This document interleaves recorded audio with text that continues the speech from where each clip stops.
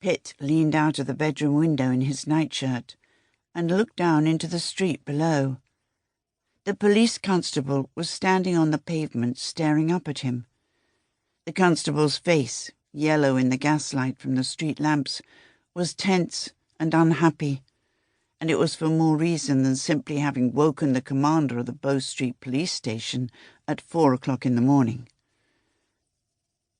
"Dead, sir," he answered Pitt's question. "And I can't see as how it could have been an accident. Not how he is, and where I found him. And I ought to be getting back, sir. I daresn't leave him there by himself, sir. Someone might move him, like, mess with evidence." "Yes, of course," Pitt agreed. "Go back, constable. You did the right thing. I'll get dressed, and I'll be there. I presume you haven't had a chance to call the surgeon or the mortuary van?" "No, sir. I come straight here, seeing as where he is." "I'll call them. You go back, and stand guard." "Yes, sir." "I'm sorry, sir." "Don't be. You did the right thing," Pitt repeated, pulling his head in and shivering involuntarily.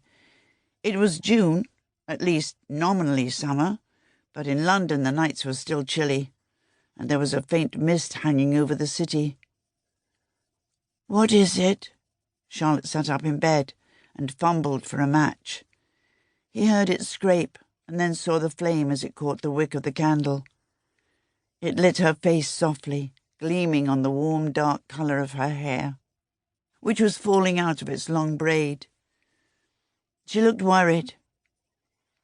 "They've found a body in Bedford Square," he answered. "It seems as if he was murdered." "Do they really need you for that?" she protested. "Is it somebody important?" Since his promotion, Pitt had been asked to concentrate on those cases which were of political significance or threatened scandal. "Maybe not," he replied, closing the window and walking over to where his clothes were hanging across the back of the chair. He took off his nightshirt and began to dress, not bothering with collar or cravat. There was water in the ewer, and he poured it into the basin. It was cold, but there was certainly no time to light the kitchen stove and heat it so he could shave. Unfortunately, there was also no time for a cup of tea, which he would have liked even more. He splashed his face and felt the sharp tingle of coldness, then with his eyes shut, felt for the towel. "Thank you." He took it from Charlotte's outstretched hand. He rubbed his face vigorously, feeling the rough cotton stir the blood and warm him. "Because apparently he was on the front doorstep of one of the big houses," he replied. "Oh." She understood the implications. London was peculiarly sensitive to scandal just now. In the previous year, 1890, a scandal had occurred at Tranby Croft. Now the trial was rocking the entire country. It was all very regrettable.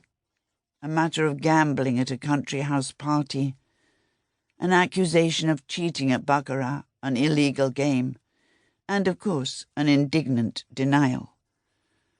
But what could not be hidden or excused was that the Prince of Wales had been involved and was now to be called to the witness stand to give evidence. Half of London opened the daily newspapers with bated breath.